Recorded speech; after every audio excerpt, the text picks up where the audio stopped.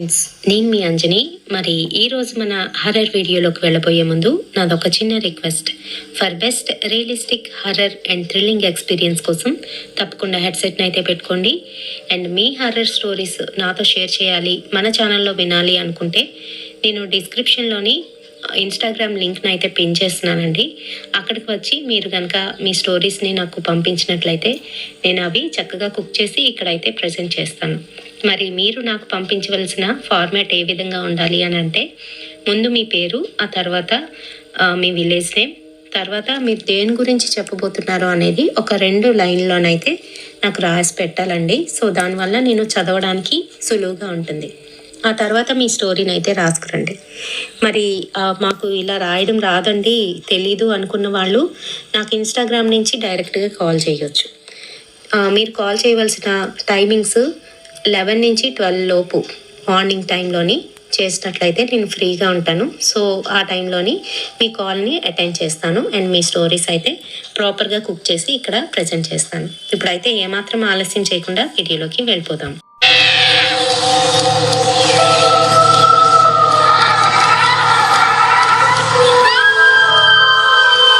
ఈ 1980 నాకు పెళ్ళయి ఇంకా 6 నెలలే అవుతుంది.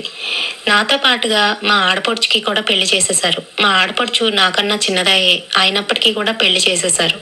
తను నాతోని చాలా సఖ్యంగా నా తోటి దానిలాగే మాట్లాడుతూ ఉండేది. నేను ఎక్కడికి వెళ్తే అక్కడికి అయితే వచ్చేస్తూ ఉండేది. అలాంటిది నాకు పెళ్ళైన 3 నెలలకే తనకి కూడా పెళ్లి చేసేయడం, తను వేరొక చోటికి కాపురానికి అయితే వెళ్ళిపోయింది. మరి అది చాలా పల్లెటూరు. అదేనండి, ఆనందపురం దగ్గరలో ఉన్న వెల్లంకి. ఆనందపురంలోని మా చిన్నత్తయ్య గారు వాళ్ళు అయితే ఉండేవారు. వాళ్ళకి దగ్గరలో ఇచ్చుకుంటే బాగుంటుంది అని చెప్పి మా అత్తయ్య గారు మా ఆడపడుచుని వెల్లంకిలోనైతే ఇచ్చేశారు. మరి మా ఆడపడుచుని మమ్మల్ని కూడాను మా చిన్నత్తయ్య వాళ్ళ ఊర్లో జరుగుతున్న జాతరకి అయితే పిలిచింది. మరి నేను మా అత్తయ్య మా ఊరి నుంచి అయితే బయలుదేరి వెల్లంకి వచ్చి ఒక రోజంతా మా ఆడబొడుచు దగ్గరే ఉండి, ఆ తర్వాత వాళ్ళ ఆయనతో కలిసి అందరం కూడాను ఆ జాతరకి అయితే బయలుదేరాం. ఆ రోజు మధ్యాహ్నం అక్కడికి వెళ్ళేసరికి మా చిన్నత్తయ్య వాళ్ళ ఇంట్లోని వాళ్ళ తాలూకా వాళ్ళు కొంతమంది అయితే వచ్చున్నారు. అందులోని ఒక ఆయన మమ్మల్ని చూడగానే మా ముందుకు వచ్చేసి, ఎప్పుడొచ్చాక, ఎలా ఉన్నావు, ఏంటి అని మా అత్తయ్య గారిని పలకరిస్తున్నాడు. పలకరిస్తూనే నా వైపు చూస్తూ, ఎవరు, కోడలా? ఆహా, ఎలా ఉన్నావు అమ్మా, మీ పెళ్ళికి రాలేకపోయాను, ఏమీ అనుకోవద్దే. పర్వాలేదండి.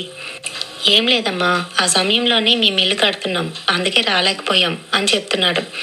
ఈలోగా నా వెనక ఉన్న మా ఆడబడుచుని చూసి, ఏమే కోడలా, ఎలా ఉన్నావు, ఏం చేస్తున్నావు అని అడిగితే, ఏదో మామయ్య ఇలా అన్నాను, ఇదిగో మీ అబ్బాయి కూడా వచ్చారు కదా, అడగండి అని అంటుంది. అందరూ కూడా లోన్కి అయితే వెళ్ళిపోయాం. వెళ్ళిన తర్వాత మా చిన్నత్తయ్య అందరికీ కూడాను తినడానికి ఏవో పలహారాలు అయితే ఇచ్చింది. పిండి వంటలు అయితే చాలానే చేసింది. అబ్బా, మీ కోడలు ఎంత బాగుంటుందో అక్క అని అంటూ నా జడ పట్టుకొని, ఎంత పెద్ద జడో అని అంటుంది. అలా అందరం సరదాగా మాట్లాడుకుంటూనే భోజనాలు అయితే కానిచ్చేసాం. ఈలోగా సాయంత్రం సమయంలోని ఎవరో వాళ్ళ ఇంటికి చుట్టాలు అయితే వచ్చారు. వాళ్ళని చూడగానే మా అత్తయ్య, చిన్నత్తయ్య ఇద్దరు కూడాను గడగడ వణికిపోతూ భయపడుతూ, రండి రండి, ఎలా ఉన్నారు అని అడిగితే, బాగానే ఉన్నాం, మీరెలా ఉన్నారు అని అడుగుతున్నారు. మేము బాగానే ఉన్నాం అని చెప్తే, ఏది మీ కోడలేది, చూడలేదు, పెళ్ళికి రావడం అవ్వలేదు, మాకు అవ్వక అని అంటూ ఉంటే, అదే కొంచెం పనుండి పైనుంది అని చెప్తుంది మా అత్తయ్య. నాకు అర్థం కాలేదు, ఎందుకు పిలవట్లేదు మా అత్తయ్య. సర్లే అంటూ నేను కూడా కామ్గా ఉన్నాను. ఈలోగా వచ్చిన వాళ్ళకి టీ అయితే ఇచ్చేశారు. అంతేకాదు, ఏదో తినడానికి కూడా పెట్టారు. ఆ తర్వాత, మీరు జాతరకు వెళ్ళాలేమో, వెళ్ళొచ్చు కదా, అందరూ వెళ్ళిపోతున్నారు, మళ్ళీ జాతరలోనే జనం ఎక్కువ అయిపోతారు అని అంటూ ఉంటే, పర్వాలేదు పర్వాలేదు, మీ కోడలు ఎప్పుడొస్తే మీ కోడల్ని చూసేసి వెళ్తాము అని చెప్తున్నారు. మా అత్తగారికి మాత్రము నేను వాళ్ళ ముందుకి రాకుండా ఉంటే మంచిదే అన్నట్టుగా అనిపిస్తుంది. సరే, నేను కూడా కిందకైతే వెళ్ళలేదు. మా మరదలతో కూర్చొని మాట్లాడుతూ, వాళ్ళెవరు అని అడిగితే మా మరదలు ఇలా అంటుంది, అదే వాళ్ళు మా చిన్నమ్మకి చుట్టాలు అవుతారు, దూరపు చుట్టాలే కానీ వాళ్ళు మంచోళ్ళు కాదంట. చాతబడి గట్టా చేస్తూ ఉంటారంట. ఈ మధ్య మాకు కూడా తెలిసింది, అందుకే వాళ్ళని చూసి అలా భయపడిపోతున్నారు అని చెప్తుంది. ఆ మాటలకు నాకు కూడా కొంచెం భయం వేసి వాళ్ళ ముందుకు వెళ్ళకూడదు అని అనుకున్నాను. ఈలోగా కొంతసేపు అయ్యేసరికి, ఏమమ్మా నారాయణమ్మ, మీ కోడలు ఇంకా రావదేంటి? ఏం చేస్తుందేంటి? సరే నేనే పైకి వెళ్ళి చూసి వస్తాను అని అంటుంది ఆవిడ. ఆ మాటలకి నాకు గుండె జారినంత పని అయింది. ఈలోగా మా అత్తగారికి కోపం వచ్చి, ఏమక్కర్లేదులే నేనే పిలుస్తానుండు అంటూ నన్నైతే పిలిచింది. ఏమే కనకం, కనకం ఒకసారి ఇలా రామ్మా అంటూ పిలిస్తే సరే అనుకుంటూ నేను కూడా కిందకైతే వెళ్ళాను. వెళ్ళేసరికి నన్ను చూసిన వాళ్ళిద్దరూ కూడాను కొరకొరా చూస్తూ నాతో ఇలా మాట్లాడుతున్నారు. ఏమ్మా ఎలా ఉన్నావు? మీ పెళ్ళికి రాలేకపోయాం, ఏమీ అనుకోవద్దే. మేము దూరపు చుట్టాలని వీళ్ళు సరిగ్గా మాకు పిలవలేదు, అందుకే రాలేదు అని చెప్తుంది ఆవిడ. మరో పక్క నా జుత్తు చూసి, అబ్బా ఎంత పొడుగు జుత్తో అంటూ నా జుత్తు అంతా తడిమేస్తుంది. అతనైతే దగ్గరికి వచ్చి, ఏమమ్మా చెల్లమ్మ, నేను మీకు అన్నయ్యనవుతాను, నీ పెళ్లికి రాలేకపోయాం, ఏమీ అనుకోవద్దు, ఇదిగో గాజులు వేయించుకో అంటూ తన జేబులో నుంచి డబ్బులు తీసి నా చేతిలోనైతే పెట్టేస్తున్నాడు. నేను విడిపించుకుంటుంటే వాళ్ళిద్దరూ కూడాను బలవంతంగా నా చేతిలో డబ్బులు అయితే పెట్టేశారు. ఇంకా మా అత్తయ్య గారు కనసాగి చేస్తూ తీసుకో అన్నట్టుగా అంటున్నారు. సరే అని చెప్పి నేను కూడా ఊరుకున్నాను. ఆ తర్వాత వాళ్ళిద్దరూ నన్ను కొరా కొరా చూస్తూ ఆవిడ దగ్గరకు వచ్చి నా మొహాన్ని నిమురుతూ, ఏమ్మా కోడల పిల్ల, మా ఇంటికి ఎప్పుడు వస్తావు అని అడుగుతుంది. అవునమ్మా చెల్లమ్మ, ఒకసారి మా ఇంటికి కూడా వచ్చి వెళ్ళిపోకూడదా అని అంటూ ఉంటే మా అత్తగారు వెంటనే అందుకొని, లేదులే ఇప్పుడు జాతరకు వచ్చాం కదా, మరి మీ ఇంటికి రావడం కుదరదు, ఇంకోసారి మటుకు వస్తాం తప్పకుండా అని చెప్తుంది. సరే సరే జాతర చూసుకొని భోజనాల సమయానికి అయితే వచ్చేస్తాం అని చెప్తూ వాళ్ళిద్దరూనైతే వెళ్ళిపోయారు. మరుక్షణం మా అత్తగారు కిందకు దిగిన నన్ను చూస్తూ దిష్టి అయితే తీసేసి బయటికి విసిరేసింది. అంతేకాదు, జాతరకు వెళ్ళిన మీరు వాళ్ళు ఎక్కడ కనిపించినా దాక్కొని అక్కడికి వెళ్లకుండా మరోవైపు వెళ్ళి తిరిగేసి వచ్చేయండి అని చెప్తూ మా అన్నయ్య గారిని అప్పచెప్పి నన్ను మా మరదలను అయితే పంపించేసింది. నేను బయటికి వెళ్ళి జాతర చూసుకొని 7:30 కల్లా ఇంటికైతే వచ్చేసాం. మరి ఆ సమయానికి అందరికీ కూడా భోజనాలు అయితే తయారు చేసి ఉంచారు. మేము అందరం భోజనానికి అయితే కూర్చున్నాం. ఆ సమయంలో వాళ్ళిద్దరు కూడా వచ్చారు. అంతే, మా అత్తగారికి ఎక్కడలేని భయం పుట్టుకొచ్చింది. రండి రండి అంటూ వాళ్ళు మా దగ్గర కూర్చోకూడదని చెప్పి అవతల పక్క ఆకులు వేస్తుంటే, మేము కూడా ఇక్కడ కూర్చుంటాం, కొత్త కోడలు ఉంది కదా అంటూ ఆవిడొచ్చి గబాలన నా పక్కన అయితే కూర్చుండిపోయింది. అంతేకాదు, అతను నా ముందైతే కూర్చొని ఆకుల అన్నం వడ్డిస్తూ ఉంటే నన్ను చూస్తూ వాళ్ళిద్దరూ కూడా భోజనం చేస్తూ ఉంటే నాకు చాలా భయం వేసింది. మా అత్తగారు అయితే ఇంకా త్వరగా లేచిరా అంటూ నన్ను తిడుతుంది. భయంగానే కొంచెం ఏదో తినేసి అక్కడి నుంచి లేచి చేతులు కడుక్కోవడానికి అయితే వచ్చేసాను. మా అత్తగారు నన్ను చూస్తూ లోపలికి వెళ్ళి ఏదైనా తినమ్మా అని చెప్తుంది. నేను డాబా మీదకి వెళ్ళేసరికి మా మరదలు నా కోసం బూరెలు తీసుకొచ్చింది. అవి తింటూ కూర్చున్నాను. ఈలోగా గబాలన పైకి అయితే వచ్చేసింది ఆమె కూడా. వచ్చేసి, ఇంక వెళ్ళొస్తామమ్మా, మేము వెళ్ళిపోతున్నాము, మళ్ళీ మా ఇంటికి ఎప్పుడు వస్తావో ఏంటో అంటూ నా జడను పట్టుకొని, అబ్బా నీ అంత పొడుగు జడని ఎక్కడా నేను చూడలేదు సుమి, నాకు కూడా ఇలాంటి జడ ఉంటే ఎంత బాగున్నో అంటూ నా జడ పట్టుకొని నా కుచ్చు వైపు దువ్వుతూ కొన్ని వెంట్రుకలు అయితే లాగేసినట్టుగా అనిపించింది. వెంటనే నేను, అలాగేనండి, మీకు కూడా ఇలాంటి జుత్తు వస్తుందిలేండి, ఒత్తిగా కొబ్బరి నూనె రాసుకోండి అని చెప్తూ నా జడ కుచ్చునైతే ముందుకు లాక్కున్నాను. అంతే, ఆవిడ టక్కుని కిందకి వెళ్తున్నాము ఇంకా అని చెప్తూ అక్కడి నుంచి వెళ్ళిపోయింది.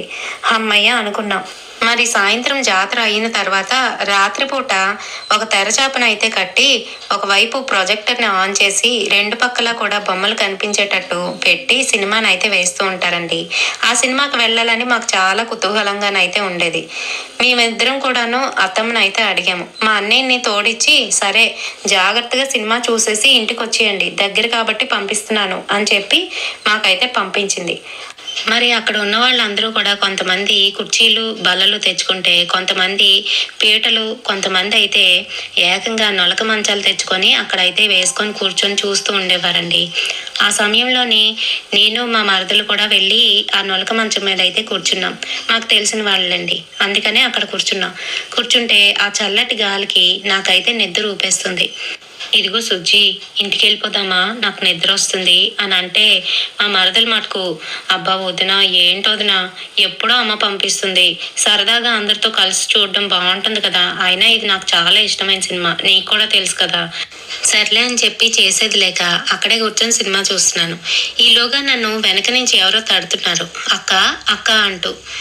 ఎవరబ్బా అని చెప్పి చూసేసరికి నా చుట్టూ ఎవరూ లేరు. నేను మంచం మీద అయితే ఉన్నాను. అక్కడ సినిమా ఆడట్లేదు, పైగా నా చుట్టూ కూడా ఎవరూ కనిపించట్లేదు. నాకు భయం వేసింది. ఎవరమ్మా నువ్వు, నేనేంటి ఇక్కడున్నాను అని అంటే, అందరూ వెళ్ళిపోయారక్క, రాత్రి అయిపోయింది కదా, సినిమా చూసేసి అందరూ ఎవరింటికి వాళ్ళు వెళ్ళిపోయారు. నువ్వు ఇక్కడ పడుకున్నావని మీ మరదలు నన్ను తీసుకురమ్మని చెప్పింది అని చెప్తుంది. ఆ మాటలకి నాకు అసలు ఒక క్షణానికి ఏమీ అర్థం కాలేదు. అవునా, నన్ను వదిలేసి ఎలా వెళ్ళిపోతుంది అది అంటూ నాకైతే ఏడుపు కోపం రెండూ వచ్చేసాయి. వెంటనే తను, నువ్వేడకక్క, నాతో రా, నేను తీసుకువెళ్తా అంటూ తను చేయి పట్టుకొని లాక్కొని వెళ్ళిపోతుంది. కొంత దూరం వెళ్ళేసరికి తను వాళ్ళ ఇంటి వైపు కాకుండా మరొక వైపు అయితే వెళ్తుంది. ఇదేంటి పాప, ఇటుపక్క కాదమ్మా ఇల్లు, అటుపక్క వెళ్ళాలి అని అంటూ ఉంటే, మీకన్నా నాకు బాగా తెలుసు, ఈ ఊరిదాన్ని కదా, రండి అంటూ అక్కడున్న చింత చెట్టు వైపు అయితే తీసుకువెళ్తుంది. అది దాటిన తర్వాత ఒక బహిరంగ ప్రదేశం అయితే ఉంటుంది. దాని తర్వాత ఆ ఊరి శ్మశానం అయితే ఉంటుంది. అక్కడి వరకు తీసుకువెళ్ళిపోతుంది పాప. అంతేకాదు తిను కూడాను ఏం మాట్లాడకుండా తన వెనకాతలే వెళ్ళిపోతుంది. ఒక ట్రాన్స్లోకి అయితే వెళ్ళిపోయింది. అక్కడ వరకు వెళ్ళిన తర్వాత అక్కడ ఆ శ్మశానంలోని ఎవరో కూర్చొని అక్కడ ముందు ఒక బొమ్మను వేసి ఆ బొమ్మ మధ్యలోని ఒక పిండి ముద్దను పెట్టి దానిని బొమ్మలా తయారు చేసి రకరకాల పూజలు అయితే చేస్తున్నట్టుగా నాకు కనిపించింది. దగ్గరికి వెళ్ళి అక్కడి వరకు వెళ్ళి చూసేసరికి ఎవరినైతే నేను తెల్లవారుజామున చూశానో అతనే అక్కడ కనిపిస్తున్నాడు. అతను, రా వచ్చి ఇక్కడ కూర్చో, రా వచ్చి ఇక్కడ కూర్చో అంటూ ఉన్నాడు. ఆ మాటలకి నాకు భయం వేసింది. అంతేకాదు నా పక్కనున్న పాప అతి వికృతంగా కనిపిస్తుంది. ఆ పిల్లని చూడగానే నాకు భయం వేసి గట్టిగా అరిచేశాను. అంతే, చుట్టుపక్కల ఉన్న వాళ్ళు ఏమైంది ఏమైంది అని అడుగుతున్నారు. మా మరదలు నన్ను చూసి, వదినా ఏమైంది, ఎందుకంత గట్టిగా అరిచావు, ఏమైంది వదినా అని అడుగుతుంది. నాకు చాలా సిగ్గేసింది. ఇదేంటి, నేను ఇప్పటి వరకు కలకన్నానా అనుకుంటూ, సరే మనం ఇంటికి వెళ్ళిపోదాం, నాకు భయం వేస్తుంది అని అంటే మా అన్నయ్య కూడా ఇక ఇంటికి వెళ్ళిపోదాం పదండి అంటూ ఇంటికి అయితే తీసుకువెళ్తున్నాడు. ఊర్లోనే ఉన్న సగానికి పైగా జనం అక్కడే సినిమాను అయితే చూస్తున్నారు. కొంతమంది మాత్రమే ఊర్లో ఉన్నారు. అయితే మేము బిక్కు అనుకుంటూ భయపడుతూ ఊర్లోకి అయితే వెళ్తున్నాము. ఈలోగా నా కళ్ళు ఆ చింత చెట్టు మీద అయితే పడ్డాయి. అక్కడ చూసేసరికి అక్కడ ఆ పాప చింత చెట్టు మీద కాళ్ళు పైకి తల కిందకి వేలాడి తీసుకొని నాకాసే చూస్తూ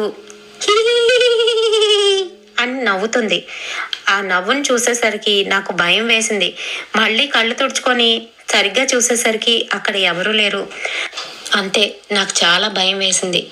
అది భ్రమ అనుకోనా, నిజం అనుకోవాలా, కళ్ళ వచ్చిన పిల్ల ఇక్కడ ఎలా కనబడుతుంది అని భయపడుతూనే వీళ్ళతోని ఇంటికి అయితే వచ్చేసాను. తలుపు కొట్టేసరికి మా అత్తయ్య గారు బయటికి వచ్చి తిడుతున్నారు. ఏమీ మీకు పని పాట లేదా, వేళాపాలా లేదా, ఎందుకు ఇంత ఆలస్యం చేశారు, తొందరగా రావాలని తెలీదా అని తిడుతూనే, ఆగండి ఉండండి నేను ఇప్పుడే వస్తా అంటూ లోనకి వెళ్ళి ఉప్పు దిగ తుడిచి బయటను పడేసి కాళ్ళు కడుక్కొని లోపలికి అయితే వెళ్ళమంది. మేమందరం కాళ్ళు కడుక్కొని లోపలికి వెళ్ళినప్పటికీ కూడా నాకైతే నిద్ర పడడం లేదు.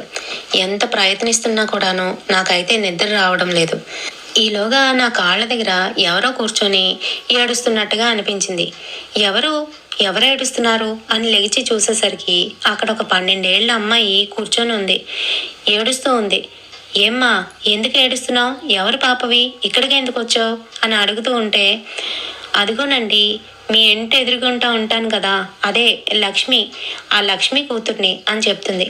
అవునా, ఏమ్మా ఇప్పుడు వచ్చావు, ఎందుకు ఏడుస్తున్నావు అని అంటే, మా అమ్మ బయటికి వెళ్ళిందండి, ఇప్పటి వరకు రాలేదు, నాకేమో జోరుగా వస్తుంది, నన్ను తీసుకువెళ్ళరా కొంచెం అని అంటుంది. ఈ సమయంలోనా, సరే సరే అంటూ తన్ని పట్టుకొని బయటకు అయితే వచ్చాను. వచ్చి ఈ సందులోకి వెళ్ళమ్మా అని చెప్తూ ఉంటే, లేదండి నేను అక్కడికే వెళ్ళాలి, మీరు కొంచెం తోడురారా అని అడుగుతుంది. నాకు భయం వేస్తున్నా కూడా సరేలే చిన్నపిల్ల అడుగుతుంది అంటూ తన్నైతే తీసుకొని అలా వెళ్తున్నాను. కొంచెం దూరం వెళ్ళేసరికి తను ఏం చెప్తుందో ఏం మాట్లాడుతుందో ఏమీ అర్థం కావట్లేదు. అలా నడుచుకుంటూ వెళ్ళిపోతున్నాను. చింత చెట్టు అయితే దాటేశాం. ఆ తర్వాత బహిరంగ ప్రదేశంలోని తను యూరినల్స్కి వెళ్తానని చెప్పిందాయి అక్కడి నుంచి నన్ను శ్మశానం వైపు అయితే తీసుకొని వెళ్ళిపోతుంది. నేను కూడా మాట్లాడకుండా తన వెనకాతలే తన మాటలు వింటూ వెళ్ళిపోతున్నాను. అక్కడికి వెళ్ళేసరికి మళ్ళీ అదే మనిషి కూర్చొని, రమ్మని చెప్పానుగా, రా వచ్చి ఇక్కడ కూర్చో అని అంటున్నాడు. నేను కూడా మాట్లాడకుండా వెళ్ళి అక్కడ కూర్చుండేసరికి ఈలోగా వెనకాతల నుంచి ఎవరో గట్టిగా నన్ను పిలుస్తున్నారు. అమ్మా చెల్లమ్మా చెల్లమ్మా అంటూ. ఎవరబ్బా అని చెప్పి వెనక్కి తిరిగి చూసేసరికి అన్నయ్య వచ్చి నన్ను గట్టిగా పట్టుకొని లేపి, ఎందుకమ్మా ఇక్కడికి వచ్చావు, ఈ సమయంలో ఇక్కడ కూర్చున్నావేంటి అంటూ నన్ను గట్టిగా బలవంతంగా అక్కడి నుంచి తీసుకొని వెళ్ళిపోబోతుంటే, ఆగండి అన్నయ్య, నాతో పాటుగా ఎదురింటి లక్ష్మి అక్కల పాప కూడా వచ్చింది, తను కనిపించట్లేదు అని వెతుక్కుంటూ ఉంటుంటే, నువ్వు రా అమ్మా, ఆ పిల్ల లేదు, ఆ పిల్ల చనిపోయి సంవత్సరం అవుతుంది అని చెప్తూ నా చెయ్యి పట్టుకొని లాక్కొని వచ్చేస్తూ ఉంటుంటే నన్ను ఎవరో వెనకాతల నుంచి గట్టిగా పిలుస్తున్నారు. కనకం ఇటు రా రా రా అంటూ. నాకు ఆ మాటలకి చాలా భయం వేసింది. అన్నయ్య ఎవరో నన్ను పిలుస్తున్నారంటే వెనక్కి తిరిగి చూడకమ్మా, పద అంటూ నన్ను గబగబా ఇంటికి అయితే తీసుకొచ్చేశాడు. మా అత్తగారు ఏం జరిగింది అని అంటే, ఏంటో చెల్లమ్మ ఒక్కరిదయ్యే నడుచుకొని అలా వెళ్ళిపోతుంటే నేను వెనకాతలు వెళ్ళేసరికి అక్కడికి వెళ్ళి ఆ శ్మశానంలో కూర్చుంది అని అంటే మా అత్తగారికి భయం వేసేసింది. ఏమమ్మా ఏమైంది అని నన్ను అడుగుతున్నారు. ఏం లేదత్తయ్య, నాకు తెలీదు, ఏం జరిగిందో నాకు తెలీదు అంటూనే చలికి వణికిపోతున్నాను. వెంటనే మా అత్తగారు ఏమైంది అని నన్ను పట్టుకోగానే నా ఒళ్ళంతా కాలిపోతుంది. ఆమె వచ్చి దిష్టి తీసి నన్ను ఇంట్లోకి అయితే తీసుకువచ్చి దుప్పట్లు అవి కప్పి, పడుకో, ఏం కాదులే, నేను ఇక్కడే ఉన్నాను అంటూ నా పక్కనే కూర్చుంది. ఆ రోజు రాత్రి గడిచింది. మర్నాటికి మా ఇంటికి వెళ్ళిపోవాల్సిన మేము ఇంటికి వెళ్లకుండా అక్కడే ఉండిపోవాల్సి వచ్చింది. ఎందుకంటే నాకు కదలలేని స్థితి అయితే అయిపోయింది. ఒళ్ళంతా కాలిపోతుంది. పైగా అక్కడ డాక్టర్ ఫెసిలిటీ అయితే అప్పట్లో లేదు. చాలా బాధపడుతున్నాం. ఎలా వెళ్ళాలరా నాయన అని మా అత్తగారు అయితే బాధపడిపోతున్నారు. మా చిన్నత్తయ్య ఏం కంగారు పడకలే అక్క, ఏం కాదులే, మామూలు చలి జ్వరమే అని చెప్తూ ఉంటే, కాదే నీకు అర్థం కావట్లేదు, నిన్న వాళ్ళు వచ్చి వెళ్ళిన దగ్గర నుంచి పిల్ల తేడాగా ప్రవర్తిస్తుంది. నిన్న రాత్రి ఏం జరిగిందో తెలుసా అంటూ నిన్న జరిగిన విషయం అంతా కూడా అత్తతో చెప్పింది. అంతే, అత్త గుండెల్లో రాయి పడిపోయింది. అమ్మో, ఇంత ప్రమాదంగా అయిందా, ఏంటి అక్కడ నువ్వేం చూసావు అని ఇద్దరు కలిసి నన్ను అడుగుతున్నారు. కానీ నేను చెప్పే పరిస్థితుల్లో లేను. నోట్ల నుంచి మాట కూడా రావట్లేదు. ఒక్కరోజుకే పీనుగులాగా అయితే తయారయ్యాను. అంతేకాదు, జుట్టు పొట్లుగా రాలిపోయింది. మా అత్తగారు వాళ్ళందరూ కలిసి ఎన్నో చేస్తున్నారు కానీ నాకు మటుకు జ్వరం తగ్గట్లేదు. అసలు నేను స్పృహలోనే లేను. అలా మధ్యాహ్నం 2 అయితే అయిపోయింది. అప్పుడు నేను కాస్త లేచి ఏదో కూర్చొని అలా అటు ఇటు చూస్తున్నాను. ఆ సమయంలో మా అత్తగారు నా దగ్గరికి వచ్చి, అమ్మా కనకం ఎలా ఉందమ్మా, తగ్గిందా, జ్వరం తగ్గిందా అంటూ నా తల నిమురుతూ, ఏమైంది తల్లి, ఏమైందమ్మా, ఎలాగైపోయావు అని అడుగుతుంది. ఏం లేదు అత్తయ్య, ఏం లేదు, నాకు దాహం వేస్తుంది అని అంటే, సరేనమ్మా ఉండు అంటూ లోనికి వెళ్ళి మంచినీళ్ళు తీసుకొచ్చి ఇచ్చింది. ఆ మంచినీళ్ళు తాగిన నేను కాస్త తేరుకొని అత్తతో మాట్లాడుతున్నాను.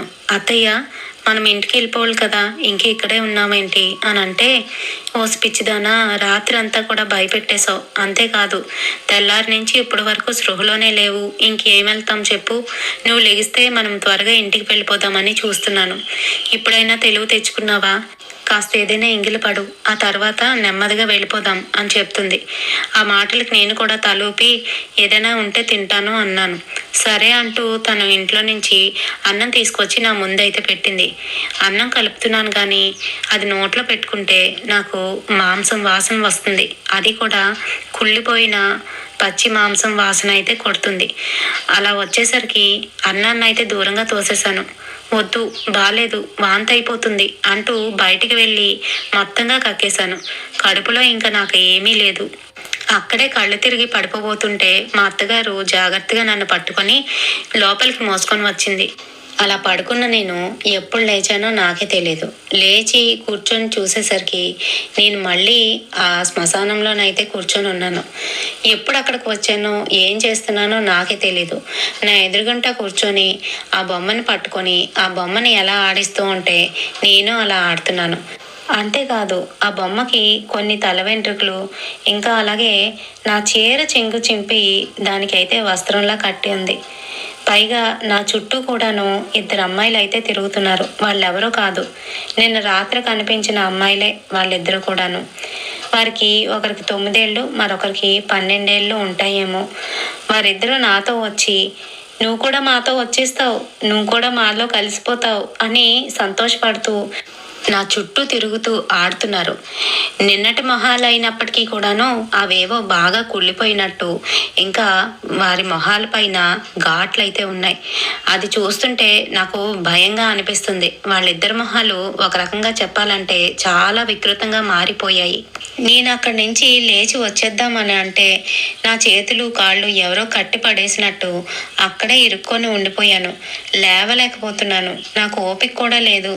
ఇంకా కొంతసేపు ఉంటే నా పై ప్రాణాలు పైకి పోతాయేమో అనిపించింది. ఈలోగా నన్ను పట్టుకొని ఎవరో కూర్చోబెట్టినట్టుగా అనిపించింది. నాకు అప్పుడుగా కాస్త స్పృహ అయితే వస్తుంది. నా నుదుటి మీద చల్లటి చెయ్యి అయితే తగిలింది. ఆ స్పర్శ తగిలి నా నుదుటి మీద ఎవరో విభూతి రాస్తున్నట్టుగా అయ్యేసరికి నాకు అప్పుడు కొంచెంగా స్పృహ అయితే వచ్చింది. ఈలోగా నా చేతికి పోంతాడైతే కట్టారు. ఈ అమ్మాయిని ఇలానే ఉంచితే ఇంకా రేపటికల్లా చనిపోతుంది అంటూ ఏదేదో మాట్లాడుతున్నారు. ఆ మాటలు విన్న నేను కాస్తగా లేచి కూర్చొని చూసేసరికి నా ఎదురుగా ఎవరో ఒక మనిషి అయితే కూర్చున్నాడు. అతన్ని చూసి భయపడుతూ ఉంటే మా అత్తగారు పక్కకు వచ్చి, ఏం కంగారు పడుకు, భయపడుకు, ఇతను మనవాడే, మనకి సాయం చేద్దామని వచ్చిన వాడే, మీ చిన్నత్త తీసుకొచ్చింది అని చెప్తుంది. పక్క నుంచి అతను, మీరెవరూ మాట్లాడకండి, అమ్మాయి అసలు ఏం జరిగింది నిన్నటి రోజున అని అంతా కూడా నన్ను అడిగి వివరం తెలుసుకొని, ఆ వచ్చిన వాళ్ళు ఎవరు, ఏ ఊరు వాళ్ళు అని అడుగుతూ ఉంటే మా చిన్నత్త గారు గుంతలో కల్లాలన్నయ్య అని చెప్తుంది. కల్లాలంటే పొలాలండి. అక్కడ మూతబారులు అందరూ కూడాను వాళ్ళ వాళ్ళ పేర్లతోని అక్కడ చిన్న చిన్న ఊర్లుగానైతే పెట్టుకున్నారు. మరి వచ్చిన ఆయన అంజనం వేసి వాళ్ళు ఏం చేశారు, ఎలా చేశారు అన్నీ కూడా చెప్పడం మొదలు పెట్టాడు. ముందు రోజు వాళ్ళు వచ్చినప్పుడు అమ్మాయి జుత్తును పట్టుకొని సవరిస్తున్నట్టుగా చేస్తూ అమ్మాయి జుత్తులో నుంచి కొన్ని వెంట్రుకలు అయితే సేకరించి తీసుకుపోయింది. అంతేకాదు ఆ అమ్మాయి వేసుకున్న చీర చెంగుని కూడాను కత్తిరించి పట్టుకుపోయారు. ఆ అమ్మాయి చేతిలోని డబ్బులు పెట్టేటప్పుడు ఆ డబ్బులకి ఏదో పసరు మందు కూడా రాయడం అనేది జరిగిందంట. మరి ఆ డబ్బులు ఎక్కడున్నాయి, ఏవి అని అడుగుతున్నాడు అతను. వెంటనే తన దగ్గర దాచుకున్న ఆ డబ్బులను తీసి ఇచ్చేసింది కనకం. ఆ డబ్బులను చూడగానే, వీటికి నాకు పరిష్కారం బాగా తెలుసు, వీళ్ళకి ఎలా తిప్పికొట్టాలో నాకు బాగా తెలుసు, ఈ అమ్మాయికి ఇలా చేస్తున్నారు, ఎటువంటి విరోధం లేకపోయినా ఇలాంటి విద్యలు నేర్చుకున్న వాళ్ళు ఎదుట వాళ్ళని ఏదో విధంగా మంచి చేసుకొని వాళ్ళ దగ్గర నుంచి కొన్ని వస్తువులు సేకరించి వారిని ఈ విధంగా చేసి ఆ శక్తికి అయితే బలి ఇస్తూ ఉంటారు. మరి ఇలాంటి వాళ్ళని ఏం చేసినా పాపం లేదు అంటూ కొన్ని పరిహారాలు అయితే చేయడం మొదలుపెట్టాడు. తను చేస్తున్నారు కానీ నాకైతే ఒళ్ళంతా ఊపేస్తున్నట్టు, ఎవరో నన్ను పట్టుకొని వెళ్ళిపోతున్నట్టు, నా ఆత్మను పట్టుకొని వెళ్ళిపోతున్నట్టు అనిపిస్తుంది. మొత్తానికి కొంతసేపు అయిన తర్వాత రాత్రి వచ్చి మిగతా కార్యక్రమం అంతా పూర్తి చేస్తాను అని చెప్పి రాత్రి వేళలోని నన్ను తీసుకొని వెళ్ళి ఎన్నో పరిహారాలు చేశారు. ఆ పరిహారాలు చెల్లించిన తర్వాత నేను కొంచెంగా కుదుట పడ్డాను. ఆ తర్వాత ఎవరైతే నా మీద ఈ ప్రయోగం చేశారో వారికి కూడా తిప్పి కొట్టడం అనేది జరిగింది. ఆ తర్వాత 3 రోజులకి నేను తేరుకున్నాక మా ఇంటికి అయితే వెళ్ళిపోయాం. ఇంకెప్పుడు కూడా ఈ ఊరికి రామ్ బాబోయ్ అని చెప్తూ మా అత్తగారు అయితే నా కోడల్ని ఎప్పుడూ తీసుకురాను అంటూ నన్ను అయితే తీసుకువెళ్ళిపోయారు. మరి వారం రోజుల తర్వాత మా చిన్నత్తగారు మా ఊరు రావడం అయితే జరిగింది. ఎలా ఉన్నా అమ్మాయి అనుకుంటూ. బాగానే ఉన్నాను, అప్పటికి పూర్తిగా తేరుకున్నాను. అంతేకాదు ఇదివరకటి కంటే ఆరోగ్యంగా కూడా ఉన్నాను. అది చూసిన అత్తయ్య చాలా సంతోషపడింది. అంతేకాదు మీకు ఇలా ఎవరైతే చేశాడో వాడే చచ్చాడు అంటూ వార్తనైతే మోసుకొచ్చింది. మీకు ఇలా చేసినందుకు వాళ్ళకి తిప్పు కొట్టాం కదా, వాడా కాదా అని అనుకున్నాను, కానీ వాడే అక్క. నిజంగాను ఆ దేవుడు పంపించినట్టు అన్నయ్య అయితే వచ్చాడు. వచ్చి ఈ రకంగా తిప్పు కొట్టడం, వాడు శ్మశానంలో కుక్క చావు చచ్చాడు. అన్నయ్య ఆ పూజ చేసి వెళ్ళిన తర్వాత ఆ రోజు వాడు ఎందుకో శ్మశానంలో కూర్చున్నాడని ఆ ఊరు వాళ్ళు అందరూ కూడా చెప్పుకున్నారు. ఆ తెల్లవారు చూసేసరికి శ్మశానంలో ఒక ముగ్గు వేసి ఆ ముగ్గులోని ఎవరో ఒక అమ్మాయి బొమ్మను పెట్టాడట. అంతేకాదు అక్కడే రక్తం కక్కుకొని చచ్చాడట. ఆ సంగతి కూడా ఆ ఊర్లో వాళ్ళే చెప్తున్నారు. ఆ విషయం వినేసరికి నా ఒళ్ళంతా గగ్గురు పొడిచింది. అక్కడ ఇంతకు ముందు 2 అమ్మాయిలు కూడా చనిపోయారట. 12 ఏళ్ళ అమ్మాయి ఒక అమ్మాయి, 9 ఏళ్ళ ఒక అమ్మాయి ఇలాగే ఆ ముగ్గు మధ్యలో చనిపోయి కనిపించారంట. ఆ ఊరు వాళ్ళందరూ కూడాను వీళ్ళ మీదే అనుమానం ఉన్నా కూడాను వీళ్ళు మళ్ళీ వాళ్ళని ఏం చేస్తారో అని భయంతో ఏ మాట ఆడకుండా వీళ్ళ జోలికి రాకుండా ఉంటున్నారు. పైగా ఆ ఊర్లో కాదు, పక్క ఊర్లో వాళ్ళకి కూడా ఈ విషయం తెలిసింది. అయినప్పటికీ కూడా వీళ్ళ జోలికి వెళ్లకుండా జాగ్రత్తగానైతే ఉంటున్నారు. మరి ఎందుకు నేర్చుకుంటారో ఇలాంటి విద్యలు ఏంటో, దానివల్ల వాళ్ళకి ఏంటి ఒరుగుతుందో అని మా అత్తగారు చెప్పేసరికి నాకైతే చాలా భయం వేసిందండి. అప్పటి నుంచి ఇప్పటి వరకు నేనైతే ఆ ఊరికి వెళ్ళడమే మానేశాను. అంతేకాదు మా అత్తగారు అయితే బతుకున్నన్నాళ్ళు కూడాను ఆ ఊరికి నువ్వు వెళ్ళొద్దు అని నా మీద ఒట్టు అని ఒట్టు కూడా వేయించుకున్నారు. మరి వాళ్ళ అమ్మ ఎవరైతే ఉందో ఈ విద్య నేర్చుకున్న ఆవిడ ఏంటంటే ఆ కొడుకు చనిపోయిన తర్వాత కొంచెంగా పిచ్చిలాగా అయిపోయింది. ఆ తర్వాత ఆవిడకి ఎవరు దొరక్క సొంత కోడల మీదే ఈ ప్రయోగం అనేది చేసింది. ఆ కోడలు కూడా చనిపోవడం అనేది జరిగిందండి. మరి ఎంత దారుణమో కదా. ఆ కోడలు చనిపోయిన తర్వాత ఊళ్ళో వాళ్ళ మటుకు వదలలేదు ఆవిడ్ని. అందరూ కలిపి బాగా తన్నారు. ఆ పళ్ళు కూడా రాలగొట్టేశారు. ఆ తర్వాత చాన్నాళ్ల వరకు ఆమె పిచ్చిదానిలాగే అక్కడే ఉంటూ తిరుగుతూ కొన్నాళ్ళకి మరణించింది. మరి ఈ ఇన్సిడెంట్ మీకు ఎలా అనిపించింది? నాకు వింటూ ఉంటే చాలా భయంకరంగా అనిపించింది. ఇలాంటి మనుషులు కూడా ఉంటారా అని చెప్పేసి. లేదమ్మా ఉంటారు అని చెప్పారు కనకం గారు. మరి చాలా థ్యాంక్స్ అండి మాకు ఈ స్టోరీని మీరు షేర్ చేస్తున్నందుకు. అలాగే ఈ స్టోరీ నేను నిన్నే పోస్ట్ చేయవలసింది. అయితే ఇది పోస్ట్ చేద్దామని చెప్పేసి నేను అప్లోడ్ చేస్తున్న సమయంలోని నాకు చాలా ఇంటరప్షన్స్. సో నేను అప్లోడ్ చేయలేకపోయాను. ఎంత ట్రై చేసినా కూడా నాకు ఆ ఎర్రర్స్ రావడం వల్ల నిన్ననైతే నేను పోస్ట్ చేయలేకపోయానండి. మరి ఇందులోని ఎంత టెరిఫైయింగ్ ఇన్సిడెంట్స్ ఉన్నాయి, నిజమైన ఇన్సిడెంట్స్ ఉన్నాయో మరి నాకు అక్కడే అర్థమైపోయింది. ఎందుకంటే కొన్ని స్టోరీస్ అప్లోడ్ చేద్దాం అనుకునే టైంకి చాలా ఇంటరప్షన్స్ అయితే వస్తున్నాయండి ఈ మధ్యకాలంలో. నేను ఇన్ని సంవత్సరాలు యూట్యూబ్ స్టార్ట్ చేశాక ఎన్ని అప్లోడ్స్ చేశాను కానీ ఎప్పుడు ఇలాంటి ఇంటరప్షన్స్ అనేవి రాలేదు. మరి ఆ స్టోరీస్ వలన మరి ఇంకా దేని వలన నాకు కొన్ని అయితే ఇన్సిడెంట్స్ ఇలాంటివి జరుగుతున్నాయి రీసెంట్గా, ఇప్పుడే ఈ మధ్య కాలంలోనే. సో తర్వాత నేను పోస్ట్ చేద్దాం అనుకుంటే మొత్తం అంతా కూడా నేను చెప్పిన వాయిస్ ఓవర్ అంతా కూడా డిలీట్ అయిపోయింది. సో అప్పుడు నాకు అర్థమైంది ఇది ఇలా అయ్యేది కాదు అని చెప్పేసి నెక్స్ట్ డే మళ్ళీ ఈరోజు కూర్చొని ఈ వీడియోని అయితే నేను మళ్ళీ స్టార్ట్ చేసి ఫస్ట్ నుంచి వాయిస్ ఓవర్ చెప్పుకొని వచ్చాను. మరి ఇంత కష్టపడినందుకు కనీసం ఒక్క లైక్ అయినా వేయండి. లైక్ ఇస్తే మరి కొంతమందికి ఈ వీడియో అయితే షేర్ అవుతుంది. మరి రేపటి సరికొత్త హర్రర్ ఇన్సిడెంట్తోని మళ్ళీ మీ ముందుకు వచ్చేస్తాను. Until bye.